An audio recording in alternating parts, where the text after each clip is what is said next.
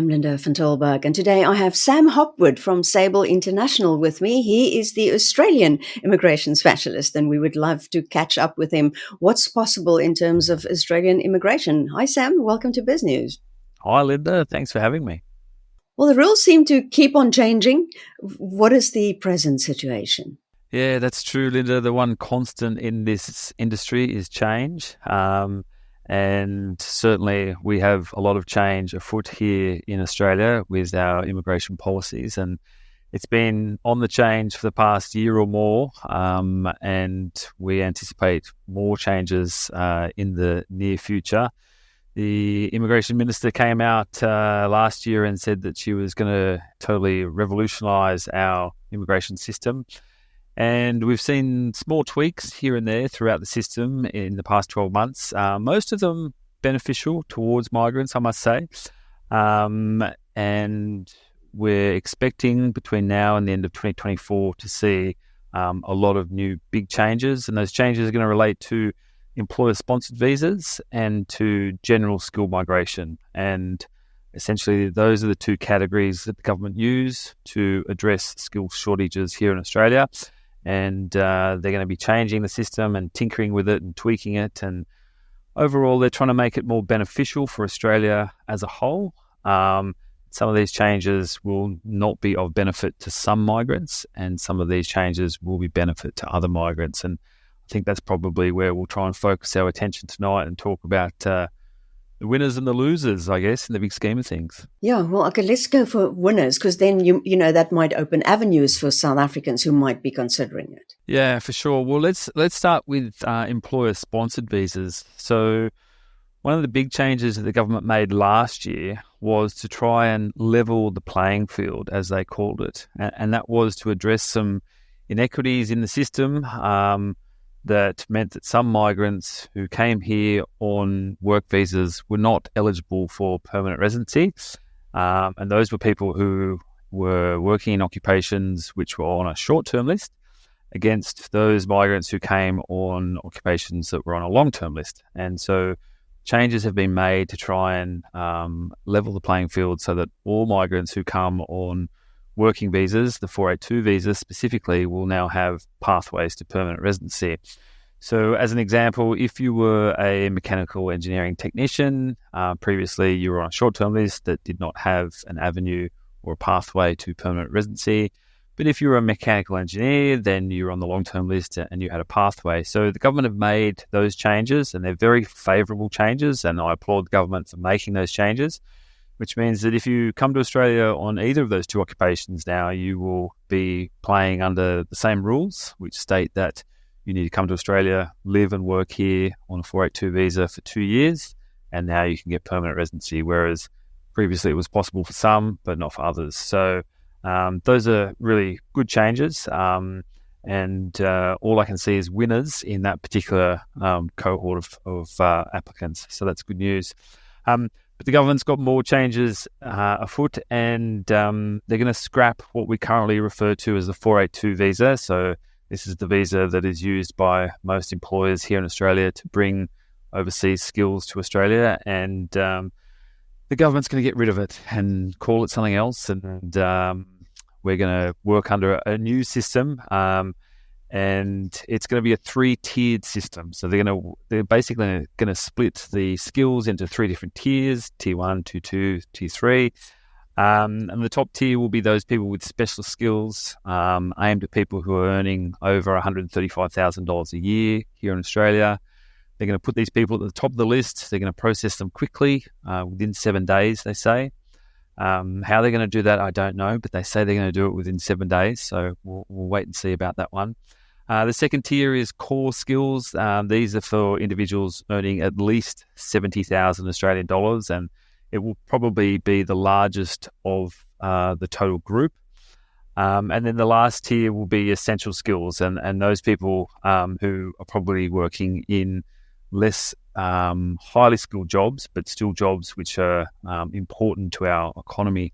And each of the tiers will be addressed differently in policy and in law, and you'll need to achieve different criteria for each of these tiers.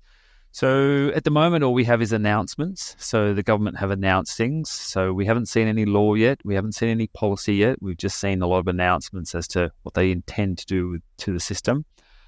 When these changes will come into effect, we don't know exactly, but they said that they will be phasing them in between now and the end of 2024. So we are waiting with bated breath. Is there, and normally there's a list of preferred skills. So are there any kind of jobs that, well, it seems you have to earn quite a high salary. So that would be the more professional jobs. Are they Yeah. more favoured?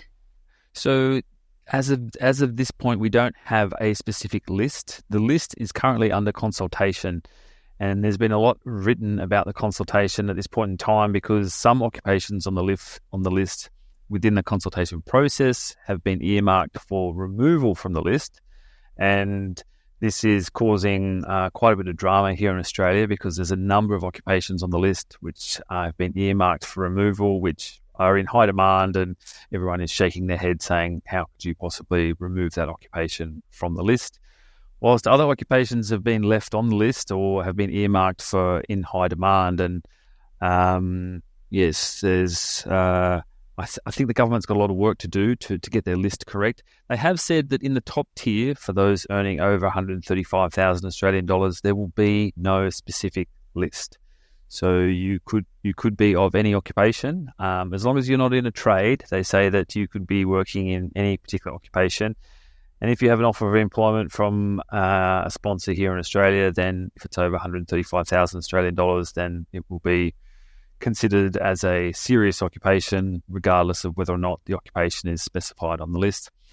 And that's probably a reflection of how outdated the list is. And the list at the moment doesn't encompass a lot of new occupations. And there's a lot of new occupations that are in digital and IT, which are at the cutting edge of technology, and our occupation lists aren't necessarily up to date with those particular occupations. So I think that's a reflection of the government's thinking that they don't know what they don't know, and they are of the opinion that if you're working in a highly paid occupation, then whether or not they have you on the list shouldn't really matter, which is probably a good thing. It's probably wise of them to take that approach. And you said there are some losers. So what is not on the list anymore?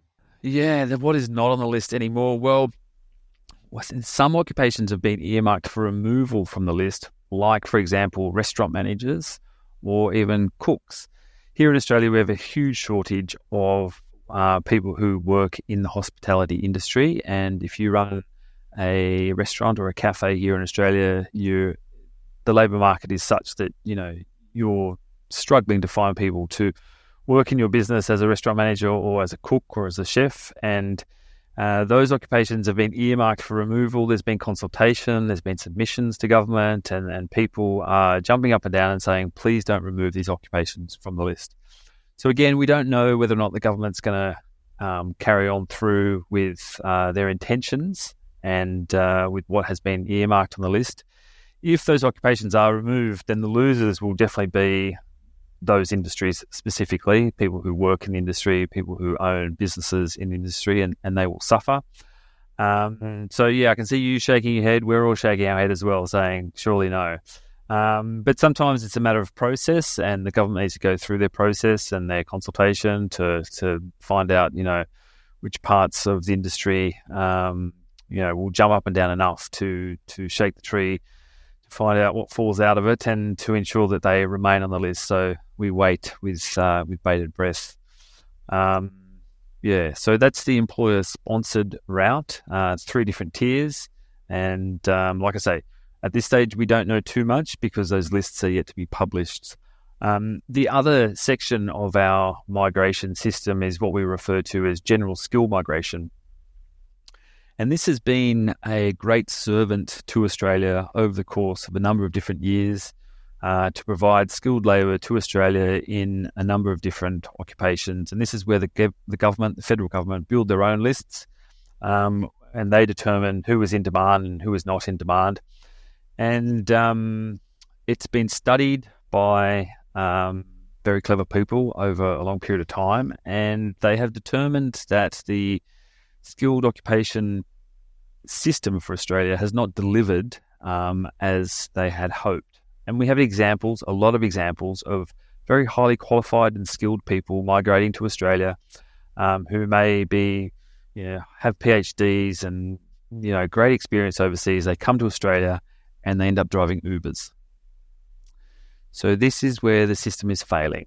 And the government are aware that this system has not worked to its best benefit to Australia, and they're looking to address the system.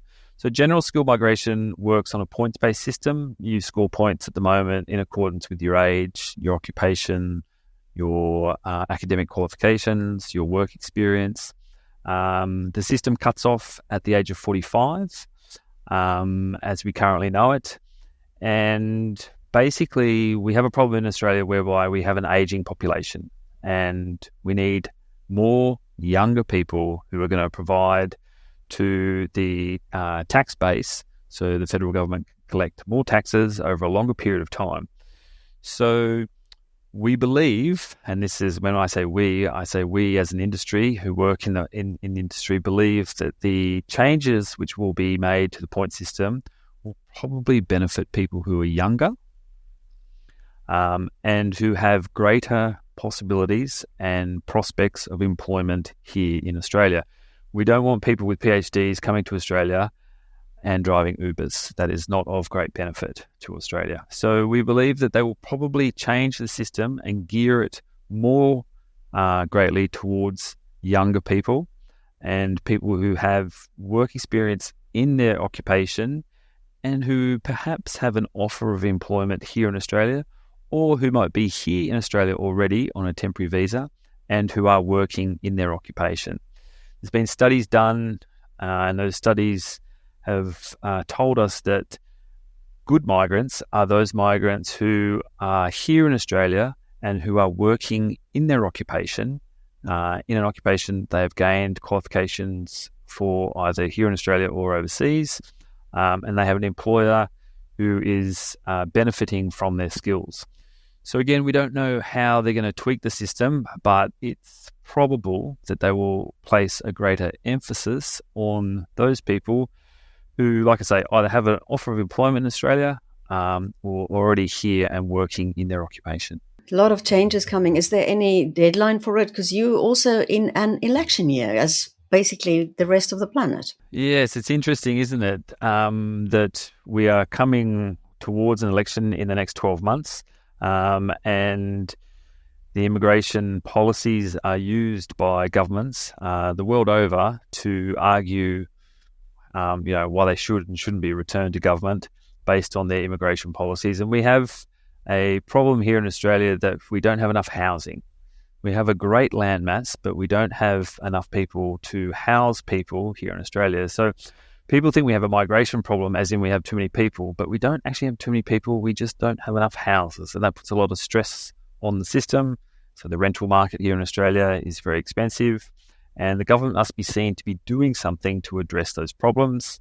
And the news tells us that the problem is the migrants, but the problem is actually the housing system. So if you look at the UK, if you look at the US, if you look at Australia and New Zealand, parts of the developed world who rely on skilled migration to Australia, they are coming to elections which they will argue will be based a lot on their immigration policies. And Australia is no different, and certainly our current federal government are making the argument that they are trying to streamline the immigration system to better benefit for Australia, so that we get the skills that we need without overpopulating Australia with causing more issues to our housing market and other infrastructure problems that we have. Look, it is a political football, and both teams kick it back and forth. I'm perhaps somewhat cynical about what their intentions are and how they will best deliver to Australia. But if we're to believe the immigration minister, then we're looking at a new system which will deliver less people with more skills who are more targeted towards the industries and occupations which are in high demand. The immigration minister has talked about certain aspects of the point system which they wish to address. The age of people is one thing. I think they will gear the system to people who are younger. They will gear the system to people who have a higher English language competency, people with higher education, and people who have experience in their occupation working here in Australia. So, yeah, for me, it sounds more of the same. We've heard it all before, but like I say, that's the cynic in me coming out. I hope the system and the changes that we see in the system do benefit Australia in the long term. If you're a migrant, though, and you're looking to come to Australia, you're all asking me this question, well, Sam, what can we do? What can we do now to make ourselves a better prospect for Australia, so the likelihood is of us getting a visa to come and live and work in Australia? And I tell all my clients that the best thing you can do is to try and find a sponsor here in Australia who wants to employ you. That is a fairly well-defined pathway into Australia, to find a sponsor who wants to employ you, because it demonstrates to the government that you are in demand because you have a sponsor, you have an employer here in Australia who is willing to go through the administrative process, to spend money to bring you here to Australia. So if you're overseas and you work in a skilled occupation, then get onto the internet and scour the job sites, all the websites, make applications to sponsors, to employers here in Australia. And you'll find that if you're working in an occupation which is in demand in Australia, they will probably be quite receptive to you. We do a lot of migration into Australia for diesel mechanics, for example. And people might sort of be surprised at the fact that we need a lot of diesel mechanics. We have a lot of mines, we build a lot of roads, we have a lot of big infrastructure projects, and all these projects require big machinery, and these big machinery require skilled diesel mechanics. You're in high demand in Australia. And we're seeing a lot of these people from overseas, from South Africa and other parts of the world, get snapped up if you're a skilled diesel mechanic. So there's just one example. Well, a funny one that came up in the last couple of weeks is the Australian Defence Force now allows recruits from foreign countries. Is that a way to come and join the army? Well, yeah, that's a funny one, Linda, and it's a very recent one. Government just announced that in the last few days that they're going to open pathways to people who wish to come and join the Defence Force here in Australia. I think we can read into that not a lot of people, or not enough people here in Australia, wish to join the Defence Force. So they're looking to recruit from overseas. We've seen similar recruitment drives from other government departments, like the police force, for example. The police force in Australia, in different states and territories over the course of time, have taken it upon themselves to go overseas to recruit police officers to bring to Australia. So when government identifies those occupations, those demands, those industries, and they put them, on lists, and they put them at the top of their announcements, then yeah, you can take some confidence from the fact that that is an occupation or an industry that you are probably going to be successful in if you follow through. Wow, so such interesting. Sam Hopwood from Sable International, thank you so much. Linda, it's a pleasure, always. Thank you.